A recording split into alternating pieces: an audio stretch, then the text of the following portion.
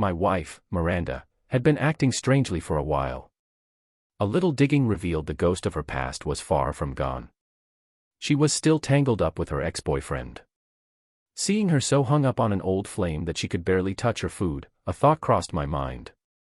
To spare her any more misery, perhaps I should be the one to step aside. I'd just take my assets with me when I left. The final straw was discovering she had her ex saved in her phone as hubby. That was a line I couldn't unsee, and the audacity of it all. After the divorce, she had the nerve to come back crying and begging for my forgiveness. I wasn't interested in a role in her melodrama. My dear, let's go our separate ways. I truly want you to find your happiness. We didn't have children yet. It was better to make a clean break to grant us both our freedom.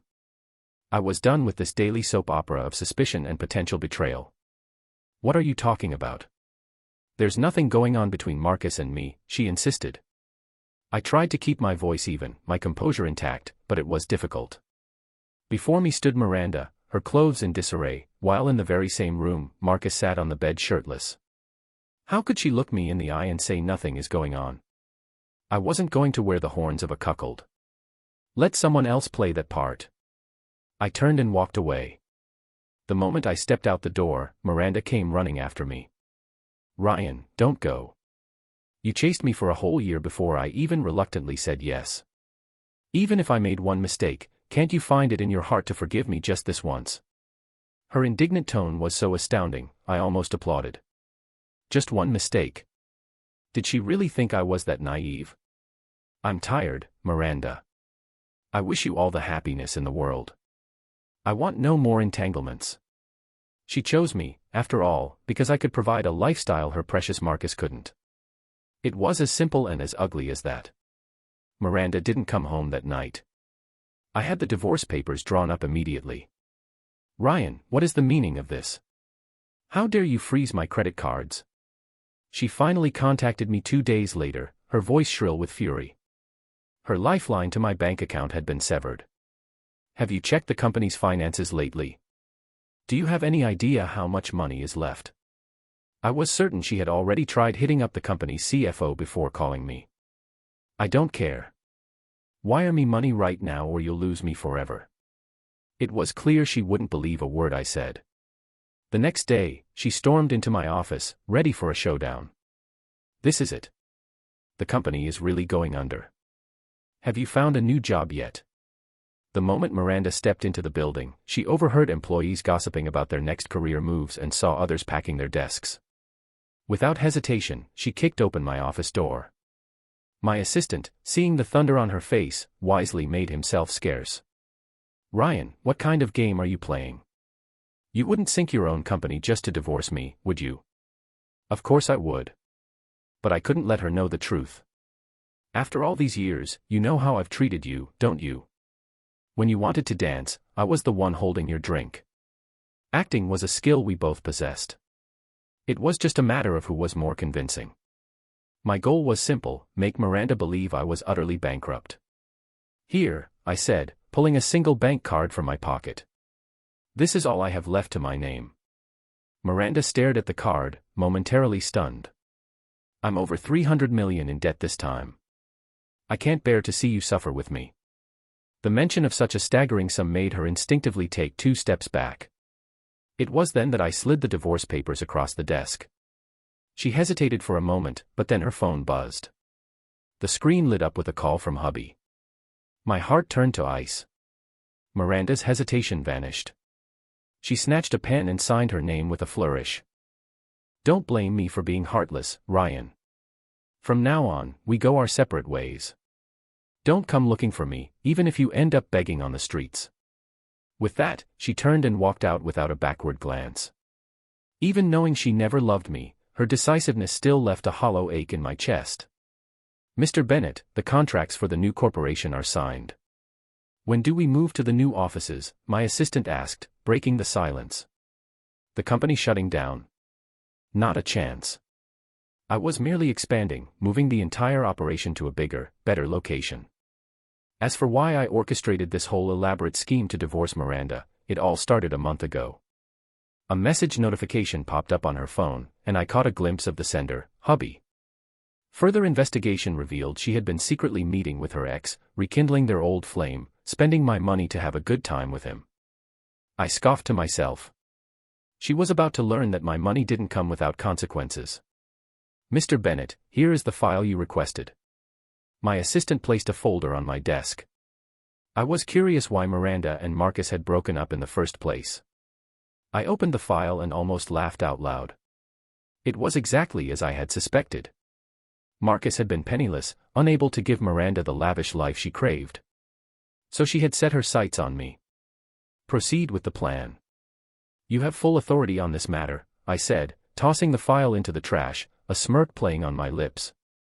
Miranda had secretly funneled several million from me to Marcus for a startup venture. I was morbidly curious to see how long his little business would last. With all the pieces in place, I decided it was time for a long overdue vacation. I had been naive, believing that if I just worked hard enough, Miranda would stand by me. About 6 months later, I returned from my travels renewed.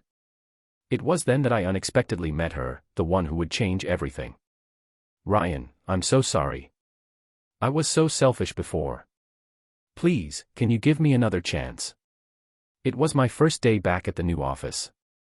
I had just stepped out of my car when a figure blocked my path. I looked closer and saw it was Miranda. Her appearance was shocking. Her face was gaunt, her clothes were worn, and the vibrant woman I once knew was gone. "I'm sorry, but I'm married now." I had given her everything she wanted. She claimed to be chasing true love, and I had personally escorted her back to her first love's arms. "No, you can't be married. You love me. You told me how much you loved me."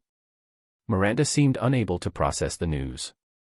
Yes, I had loved her once, deeply, but how had she repaid that love? The irony was bitter. I had no desire to get dragged back into her drama.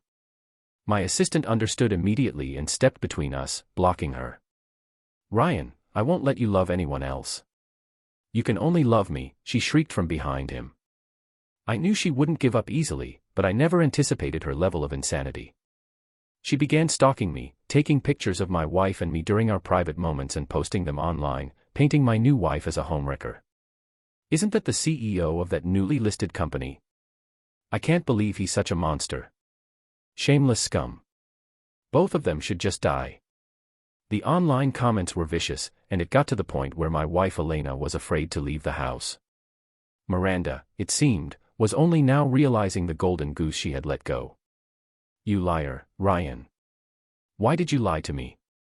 Having found the address of my new company, Miranda caused a massive scene at the entrance, screaming and refusing to leave. "You were the one who cheated, who claimed you were in love with Marcus. I let you go find your happiness," I reminded her, my voice cold. "How is any of this my fault? You tricked me into a divorce. You lied about the company going bankrupt. Half of those assets should have been mine," she yelled, conveniently omitting her own transgressions. "The company did go under," I said calmly.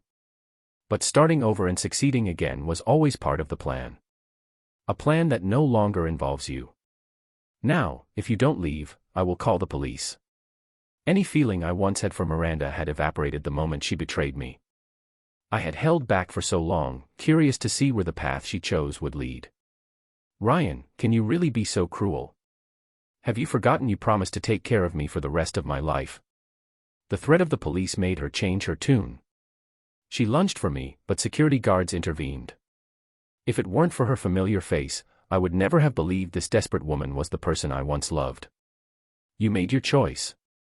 Now live with it. Stop making trouble for yourself." I turned and went back inside, instructing security to call the authorities if she persisted. Getting nowhere with me, Miranda doubled down on her online campaign. She flooded social media with old intimate photos of us accompanied by screenshots of my past declarations of love. The public reaction was a circus, with some even encouraging her to fight for her happiness. And so she went to confront my wife. I don't know what Elena said to her, but by the time I rushed over after getting the news, Miranda was gone. "I'm so sorry. I should have handled this better," I told Elena, my heart aching that she was dragged into this mess. "I chose to be with you," she said, her voice firm and reassuring. I was prepared for anything. Some things in life are more complicated than simple right and wrong. Hearing her words, I realized that when you're with the right person, emotional turmoil doesn't have to be a constant battle.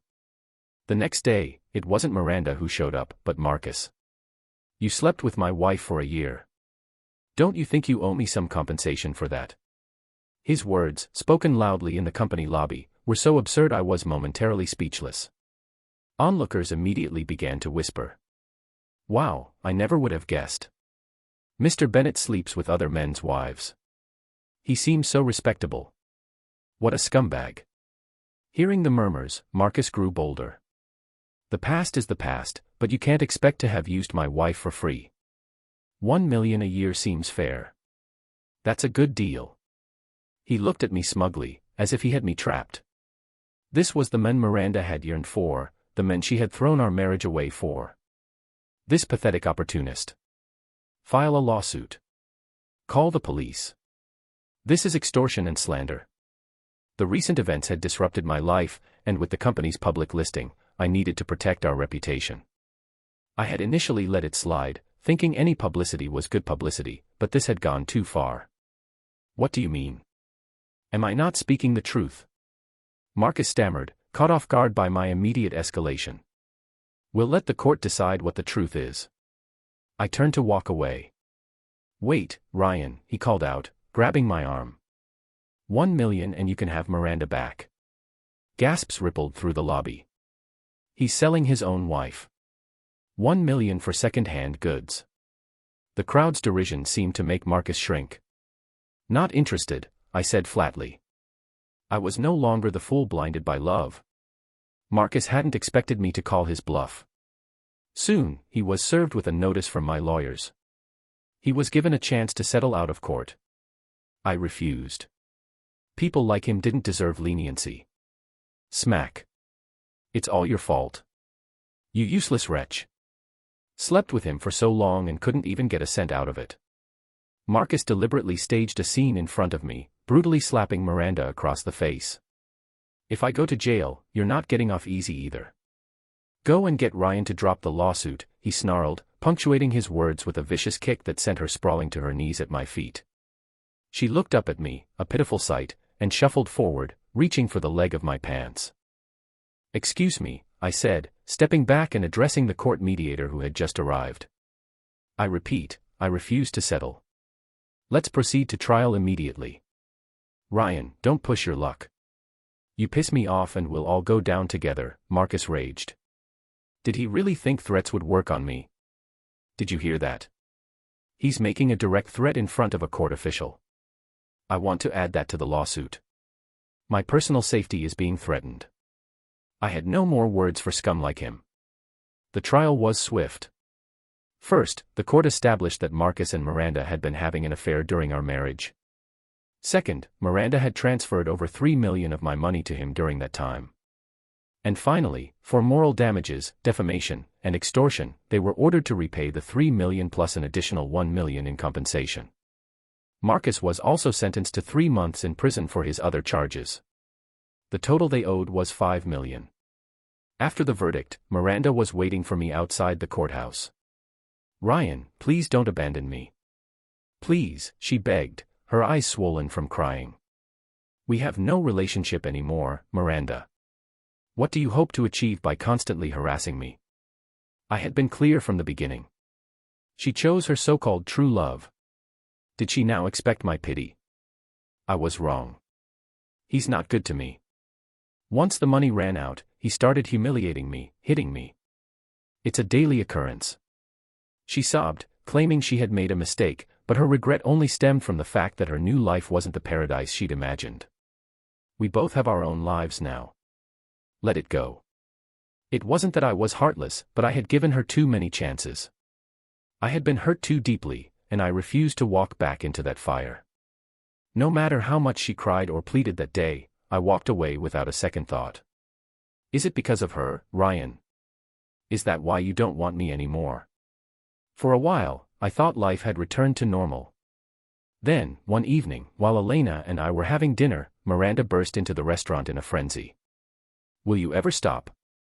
I snapped, pulling Elena behind me protectively. Seeing this, Miranda became even more unhinged. You said you would love me forever. You swore you would only ever be good to me, she shrieked, drawing the attention of the entire restaurant. People started whispering, assuming I was a two-timing cheat. Poor woman, to be with such a scumbag. That other woman doesn't look like much either. Just as I was about to defend Elena, she stepped forward. Miss, you were the one who had an affair. You were the one who said you were leaving to pursue true love. Ryan respected your choice, and it took him half a year to recover. What exactly do you want now? Her words silenced the room. And now that things aren't going well, you suddenly remember how good Ryan was to you, Elena pressed, her voice clear and strong. Miranda was speechless. This has nothing to do with you. If it weren't for you, Ryan and I would have already gotten back together, she finally spat, turning her venom on Elena. Even if every other person on this planet disappeared, I would not choose you, I said, my voice leaving no room for argument. Did she think I was some pushover? Ryan, I know I was wrong. Just give me one more chance. I promise I'll love you with all my heart, she pleaded, rushing forward to grab my arm, her eyes welling up with tears. It meant nothing. I pulled my arm away. Stop harassing me. Have some dignity, I said, keeping my voice low. I didn't want to cause a scene and embarrass myself because of her shamelessness. We left dinner early. Elena's understanding only made me feel guiltier. Knowing Miranda wouldn't stop, I took preemptive action and hired a lawyer to officially pursue the $5 million she owed me. The constant pressure from debt collectors kept her too busy to bother me. For 2 days, there was peace. Then she escalated things again. Elena and I were about to head out for the evening when a call came from the police. We rushed to an old apartment building to find Miranda standing on the roof. Don't come any closer. The only way you two can be happy is if I'm dead, she screamed when she saw us. I stayed back, standing quietly behind the police line. I had already explained the entire situation to them on the way over. Ryan, I was wrong. Do I have to die for you to forgive me? She cried out, trying to guilt-trip me with her public spectacle. I heard he cheated on her. That's why she's doing this. What a jerk. Bringing his new girlfriend to provoke her. That's practically murder. Bystanders, some even live streaming for clicks, offered their uninformed opinions. Jump. What are you waiting for? You've been up there for 2 hours, someone from the crowd below shouted impatiently. Is that even high enough to kill someone? It's only 5 stories. I realized then that this was a rundown building in a poor neighborhood. Marcus must have burned through all the money. Miranda wasn't trying to die. She was trying to force my hand. The crowd's heckling made her position awkward. Ryan, I just need one word from you, she yelled, putting the ball back in my court. Of course you can't die, I called back, my voice clear and steady. You and your husband still owe me $5 million. My statement sent a ripple through the crowd. Wait, she has a husband. Then why is she harassing this guy? This is juicy. A rich CEO in love with a married woman. Miranda had always been proud, but the last 6 months with Marcus had worn her down. She didn't care about face anymore. Ryan, are you really that heartless? She screamed, and then pretended to jump, causing the crowd to gasp. Whether she was startled or her foot slipped, she fell from the ledge, landing squarely on the inflatable safety cushion the firefighters had set up below. The police took her to the hospital, but apparently the fall had addled her brain. She refused any medical examination unless I came to see her. I'm sorry, but I am under no obligation to waste my time on Miss Blake's theatrics, I told the officer on the phone. This had nothing to do with me. I was the victim here.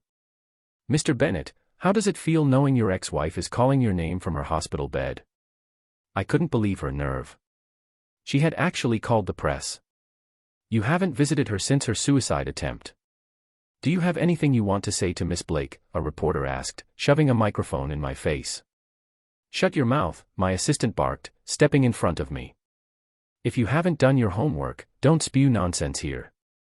The law doesn't take kindly to slander. The reporters backed off a bit. They were after a headline, not a lawsuit. When Miranda saw her antics weren't working, she fumed and refused to be discharged, likely because she couldn't afford the bill. I remained unmoved. Eventually, she had to borrow money to pay for her release, and she had the audacity to use my name on the IOU. I had to laugh when one of her creditors showed up at my door. We've been divorced for almost a year. How is this my problem? I asked the men blocking my way. She's your ex-wife. One of you can pay it back, one of them grunted. Yeah, we hear you're a big shot CEO. This is pocket change for you, right? Another one sneered. Their attempt at intimidation was pathetic compared to Miranda's shamelessness. I'm not as generous as you. Do you go around paying off all your ex's debts? I retorted with a smile. You should be looking for her husband. We can't find them. Besides, a bond forged in marriage lasts a lifetime, they argued. I don't know about any bond, but I do know about the principle of the debtor pays the debt. If you don't understand that, I can have someone explain it to you. At the mention of calling the police, they scattered. Ryan, what do I have to do for you to forgive me? One rainy evening, she appeared outside my building like a drenched specter, muttering nonsense. Miranda, what do I have to do for you to leave me alone? I countered, exhausted. I had shown her as much mercy as I could. Why couldn't she just let go? I just want us to start over. Is that so hard? Start over. Life wasn't a video game with a reset button. Pestering and pleading were useless. Ryan, I was wrong. I really was. Just this once, please. Soaked to the bone, her thin summer dress clinging to her, she grabbed my hand and tried to press it against her chest. I snatched my hand back as if I'd been burned. It's not like you haven't touched me before, she said with a seductive smile, staggering slightly. I just want you to know you're still in my heart. I backed away as she moved closer. If you continue this, don't blame me for being truly heartless. I left her standing in the rain. This time she didn't follow. I thought for a moment she had finally understood. I was wrong. Her new tactic was, if I can't have him, I'll destroy him. I'm not sure how long she tailed me. One night after a business dinner, I was a bit drunk. As I opened my front door, a shadow darted inside. My head was spinning and I couldn't see who it was. I woke up the next morning naked in my bed with no memory of what happened after I got home. I remembered my assistant, Nathan, dropping me off. I remembered entering the apartment and getting a glass of water. Then the shadow. A frantic search of the apartment revealed some cash was missing. I called the police and reported a break-in. Before they could even begin investigating, I received a text message with several photos attached. They were naked pictures of me. Do as I say or these go public. The final message was almost comical. I knew instantly who was behind it. I was wondering how to get rid of her for good, and she had just walked right into my trap. I didn't reply. I just called the police again. Connecting the two incidents, the police quickly found a lead. Miranda, however, must have been tipped off because she was gone by the time they arrived. The few thousand she stole would last her a while if she was careful. But a strange pattern emerged. Every time the police closed in, she would narrowly escape. 3 months later, Marcus was released from prison. We thought we could track him to find her, but we underestimated them. Not only did Marcus lose our tail, but Miranda vanished completely.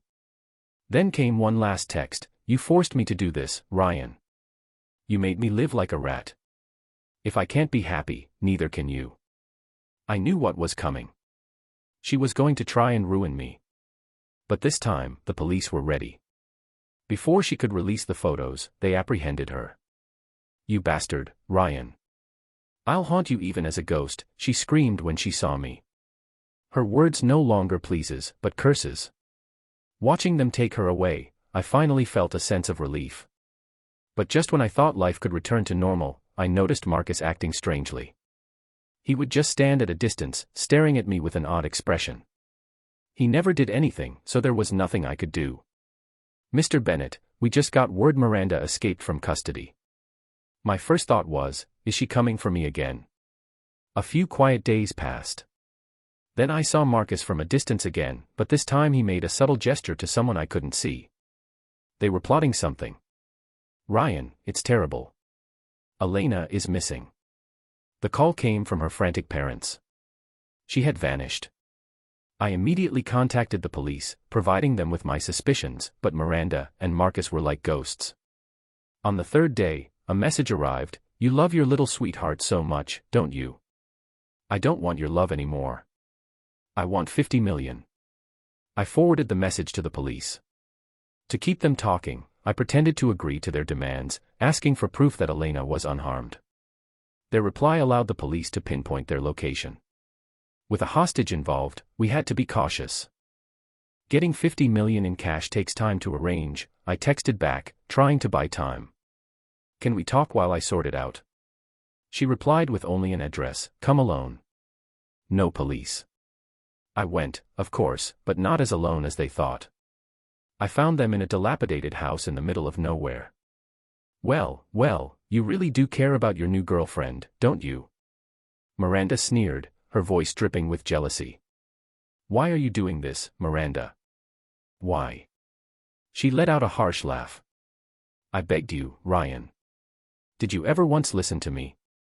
Her eyes were filled with pure hatred. "You want her back? Fine. Trade places with her and bring the money." Marcus objected and they argued until Miranda whispered something that made him acquiesce. "What's wrong?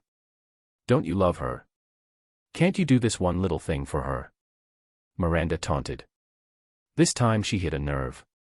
"Fine, I agree. Now let Elena go." My phone was already tracking my location. If I went with them, the police would find their hideout.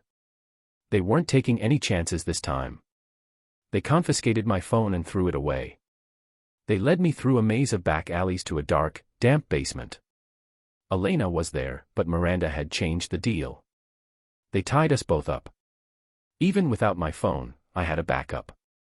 The police had hidden a micro-tracker in the seam of my jacket. "Where is the 50 million? Miranda demanded after a day of waiting. She told me to call my assistant. For some reason, the call wouldn't go through. "I told you that guy was unreliable last time," Marcus started to say before Miranda clamped a hand over his mouth. "A new secret? What are you scared of? We have them both. Did you actually fall for that little assistant?" Marcus shot back, shaking off her hand. I watched them bicker, my face a mask of calm. "Fine, I'll tell him," Miranda said, turning to me with a triumphant smirk. "Want to know why I was always one step ahead of the police? I seduced your little assistant, Nathan. He was my informant." To hear her speak of it so casually, without a shred of shame, was astounding. And Marcus just stood there, unbothered. "Is that something to be proud of?" I asked softly. "And I'll tell you something else. Right now, Nathan has your 50 million and he's long gone." They expected me to panic, to break down. My continued calm seemed to infuriate them. Marcus lunged forward and kicked me hard in the ribs. "Stop pretending you're so cool. I've done time before. I'm not afraid to get my hands dirty and finish you both off," he snarled, kicking me again and again. Elena threw herself over me, begging him to stop. "Ah, look at the happy couple," Marcus mocked, a vile idea forming in his eyes. "So sweet. I wonder if Ryan will still love you so much after you've been dirted." He lunged for Elena. The look of terror on my face made him roar with laughter. But Miranda surprisingly pulled him back. "You get to sleep with so many men. Why can't I have a little fun?" Marcus yelled at her. It turned out that after the money ran out, Marcus had forced Miranda into prostitution to support them. The mention of it was a sore spot and they erupted into a screaming match. While they were distracted, Elena and I managed to loosen our ropes. We made a break for it. The movement would activate the tracker, alerting the police. But the maze of alleys was disorienting, and our captors knew the area far too well. They cornered us quickly. "Do you want to know what Nathan is doing with your 50 million right now?" I asked, trying to stall. "Shut up. Money or your lives?" "I don't care anymore," Marcus growled, advancing on us with a long knife. "Don't worry," Elena whispered to me. "I have a plan." I was stunned by her composure. "You want money? We can get it. Just let us go," she said calmly to our captors. I had known her family was well off since we met abroad, but I never realized she was part of the renowned Crawford family of our city. All right, you have 2 hours. 1 minute late, and I start cutting off fingers, Miranda said, her eyes burning with a murderous envy as she looked at Elena. We huddled together, whispering our plan. Miranda handed Elena a phone. She made a quick, cryptic call. I think we can take them, Elena whispered to me suddenly. It's 2 against 2. The idea was reckless, but her confidence was infectious. Just a few feet away, I spotted a heavy metal pipe. Miranda, honestly, I have to know, I said, standing up to create a diversion. Did you ever, for even a moment, truly love me? Love? She cackled. You're still so naive, Ryan. I only ever loved your bank account. As I absorbed her final, predictable confession, Elena moved like lightning, grabbing the pipe. Marcus charged with his knife. To my utter shock, Elena met his attack with a series of skilled blocks and strikes. She knew how to fight. You have to let them play out the whole drama, she said with a wry grin when she saw my expression. Suddenly, this wasn't so terrifying. With the tables turned, we quickly gained the upper hand. Just then, sirens wailed in the distance. The police swarmed the area, and this time there was no escape for Miranda and Marcus. 3 days later, they caught Nathan at the airport trying to flee the country. He looked shocked to see me. I knew what you were doing for a while, Nathan. I was just giving you a chance to do the right thing, I told him. It was a failure on my part. I had trusted him completely. When did you know? He asked, defeated. The night I was drunk. The glass of water you gave me. I never lose consciousness completely, but I did that night. When I asked you about it the next day, you lied. He had drugged me for Miranda. She threatened me, he confessed. She had pictures of me. She was going to send them to my fiancé. It turned out his fiancée was 3 months pregnant. He did it all out of fear, but a wrong act is a wrong act, and he had to face the consequences. The 50 million was recovered. Justice was served. When are we getting married? Elena asked me one evening. After everything we had been through, the question filled me with both joy and a sliver of doubt. The daughter of a titan of industry and me, a divorce. Don't worry, she said, reading my mind. I told my parents about you the day we started dating. And my dad has actually met you. My heart skipped a beat. Met me? When? Had I made a good impression? Her burst of laughter told me she was teasing. 2 months later, we were married. Not long after, Elena was pregnant and I was overwhelmed with the joy of becoming a father.